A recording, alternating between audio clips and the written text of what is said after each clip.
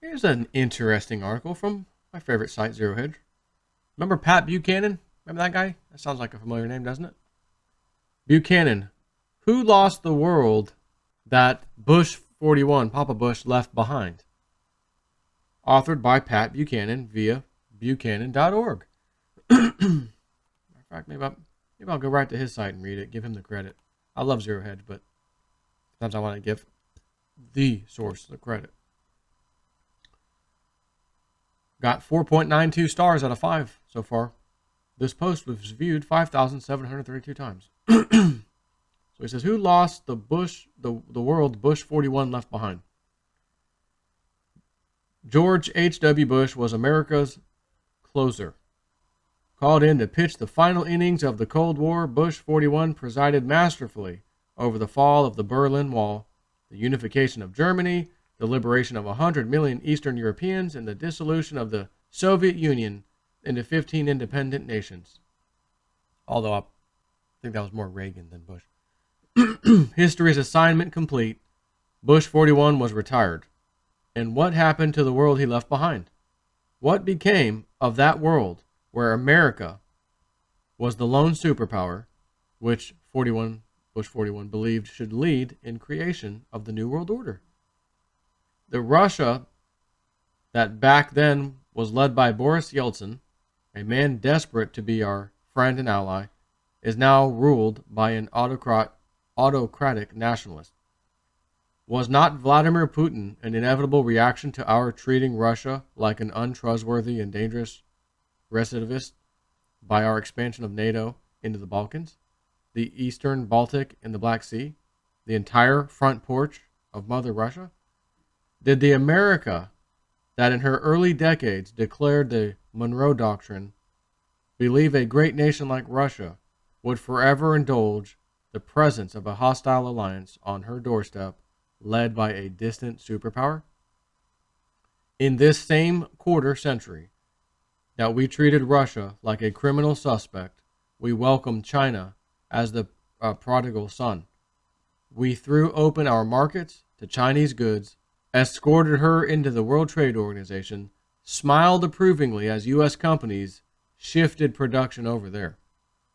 Beijing reciprocated by manipulating her currency, running up hundreds of billions of dollars in trade surpluses with us, and thieving our technology when she could not extort it from our industries in China. Beijing even sent student spies into American universities. Now the mask has fallen. China is claiming all the waters around her, building island bases in the South China Sea, and deploying weapons to counter U.S. aircraft carriers. Creating ports and bases in Asia and Africa, confronting Taiwan, China clearly sees America as a potentially hostile rival power and is reaching for hegemony in the Western Pacific and East Asia. Remember what Lindsey Williams said? Lindsey, let me channel Lindsey. Ready? Oh, my buddy's friend Ken Fromm, he said, watch China. Lindsey, watch China. China's the big one. And who produced the politics or policies that led to the unipolar power of 1992 being challenged by these two great powers now collaborating against us? Was it not the three presidents who sat so uncomfortably beside President Donald Trump at the state funeral of Bush Sr.?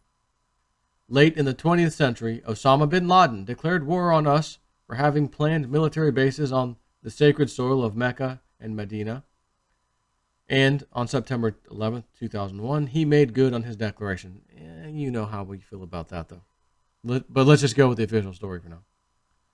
America recoiled, invaded Afghanistan, overthrew the Taliban, and set out to build an Afghan regime on American principles. Bush 43, Jr., that is, declaring that we were besieged by an axis of evil, attacked and occupied Iraq. Again, what the hell did Iraq have to do with this?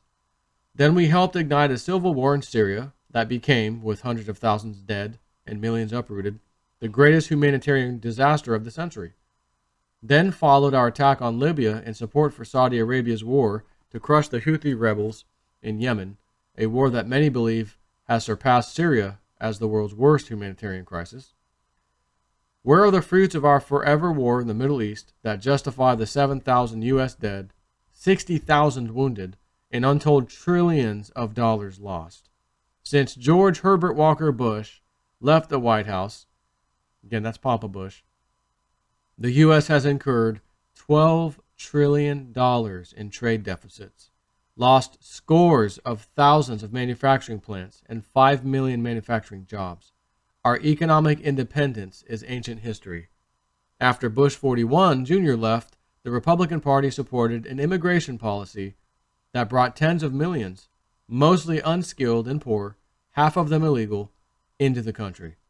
Result, the Nixon-Reagan coalition that delivered 249 state landslides in the 70s and 80s is history, and the Republican nominee has lost the popular vote in 6 of the last 7 presidential elections.